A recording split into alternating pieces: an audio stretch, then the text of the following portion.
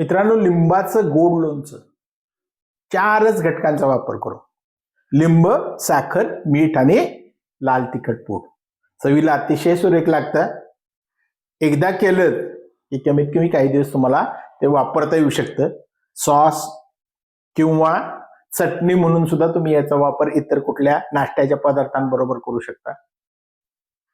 आणि आपण हे उकळून घेणार असल्यामुळे, शिजवून घेणार असल्यामुळे पावसाळ्यात खराब व्हायची भीती नसते.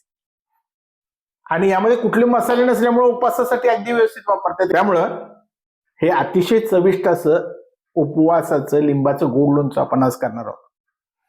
मी किशा काका पुन्हा एकदा आपल्या सर्वांचं स्वागत करतो आपल्या आवडत्या युट्यूब चॅनलवर, ज्याचं नाव आहे किशा काकाच किचन. हा आजचा जो भन्नाट पदार्थ आहे तो मी एकदा करून बघा, तुम्हाला नक्की आवडेल याची मला खात्री आहे. आवडला तर या रेसिपीला आपला एक लाईक द्यायचा आहे आणि आपल्या सर्व मित्रमैत्रिणींनाही चांगली रेसिपी शेअर करायची. आणि सगळ्यात महत्वाचं, आमच्या चॅनलवर नवीन असाल किंवा अजून आमच्या चॅनलला सबस्क्राईब केलेलं नाही तर आमच्या चॅनलला सबस्क्राईब मात्र नक्की करायचं. आणि ही रेसिपी करून बघितल्यानंतर रेसिपी तुम्हाला कशी वाटली हे आम्हाला कॉमेंटमध्ये नक्की सांगायचं. चला तर मग करूया ही अतिशय चविष्ट अशी लिंबाच्या गोड लोणच्याची रेसिपी. मित्रांनो, बाजारातून अशी छान लिंब घेऊन यायचे. आपण इथे 6 लिंब घेतलेले आहेत. त्याच्यासाठी परत आपण मीठ घेणार आहोत, एक 2 चमचे, 2 चमचे लाल तिखट पूड आणि साखर मात्र मी इथं साधारण 1-1.5 कप साखर घेतलेली आहे. जेवढा लिंबाचा गर आपल्याकडे असेल, मिक्सर मधून काढल्यानंतर त्याचं प्रमाण किती होतं बघा, आणि तो प्रमाण जेवढा असेल त्याच्या दुप्पट साखर आपल्याला घ्यायची आहे. या एवढ्याच साहित्याचा वापर करून आपण हे याचं गोड लिंबाचं लोणचं आपण करणार. आणि ही लिंब आपण पाण्यामध्ये साधारण एक अर्धा तास भिजवून घेणार आहोत. मित्रांनो, आता ही लिंब आपण धुवून घेतलेली आहे. ती लिंब आपण व्यवस्थित स्वच्छ कोरडी करून घ्यायची. एक कोरडं कापड घ्या आणि त्यानं हे लिंब सगळी व्यवस्थित कोरडी करून घ्यायची. मित्रांनो, आता ही लिंब जी आहेत आपली ती कोरडी करून घेतलेली आहेत आपण. ती आता आपण बारीक कापून घेणार आहोत आणि त्याच्या बिया सगळ्या काढून घ्यायच्या आहेत आपल्याला.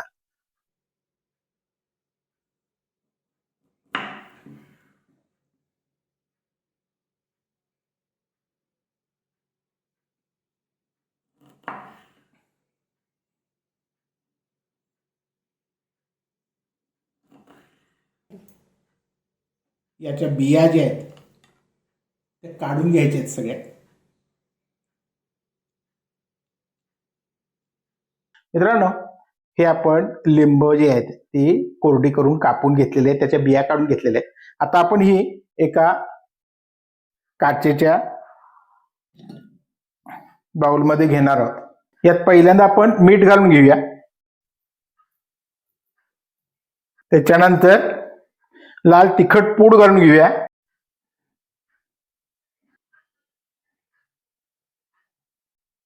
आता आपण हे सगळं व्यवस्थित मिसळून घेणार आहोत. आणि आपल्याला हे थोडं 5 मिनिटं असंच मीठ आणि लाल तिखट पूड लावून ठेवायचं आहे. हे लावण्याचं कारणच एवढं की हे लावून ठेवल्यामुळं लिंबाच्या साली ज्या असतात त्या मऊ पडतात आणि मिक्सर मधून काढताना आपल्याला त्या व्यवस्थित बारीक होतात. मित्रांनो, ही लिंब आपण या भांड्यामध्ये घालून घेणार आहोत आणि आता आपण हे सगळं मिक्सर मधून बारीक पाठवून घेणार आहोत. अशा तऱ्हेने मित्रांनो आपला हा लिंबाचा गर मिक्सर मधून वाटून झालेला आहे. आता आपण याच्यामध्ये साखर घालून घेणार आहोत, याचा जेवढी क्वांटिटी असेल त्यानुसार, आणि ते थोडंसं शिजवून घ्यायचं आहे आपल्याला. आता मित्रांनो, आपण या लिंबाचे लोणचं करायला सुरुवात करूया. त्यासाठी आपण इथं कढई घेतलेली आहे आणि ही कढई, याच्यामध्ये आपण हे लिंबाचा गर जो आहे तो शिजवून घेणार आहोत. हा लिंबाचा गर आपण या कढईमध्ये काढून घेऊ.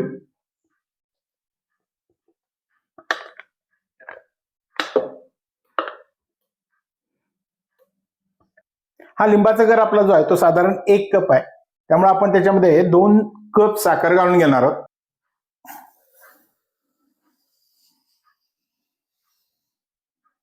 आणि हे व्यवस्थित शिजवून घेणार आहोत आपण.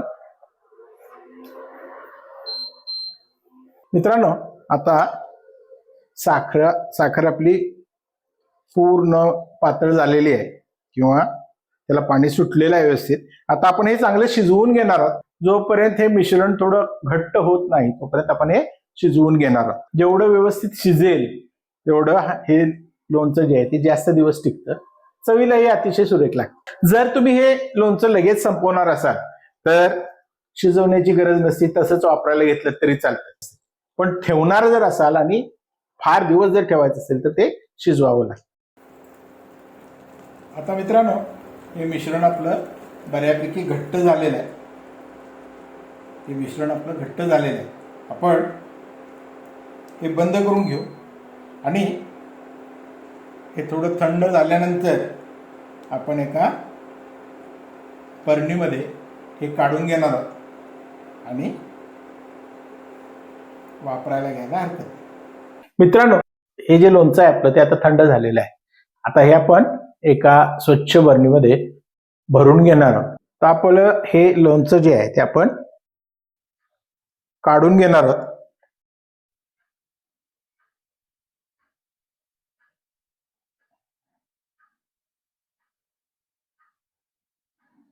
अशा तऱ्हेने मित्रांनो आपलं हे आंबट, तिखट, गोड लिंबाचं लोणचं तयार झालेलं आहे. हे तुम्ही करून बघा, तुम्हाला नक्की आवडेल. आवडलं तर या रेसिपीला आपला एक लाईक द्यायचा आहे. तुम्हाला ही रेसिपी केल्यानंतर कशी वाटली हे आम्हाला कॉमेंटमध्ये नक्की सांगा. आपल्या सर्व मित्रमैत्रिणींना ही रेसिपी शेअर करा आणि आमच्या चॅनलवर नवीन असाल किंवा अजून आमच्या चॅनलला सबस्क्राईब केलं नसेल तर आमच्या चॅनलला सबस्क्राईब मात्र नक्की करायचं. हा आमचा व्हिडिओ शेवटपर्यंत बघितल्याबद्दल सर्वांचे धन्यवाद.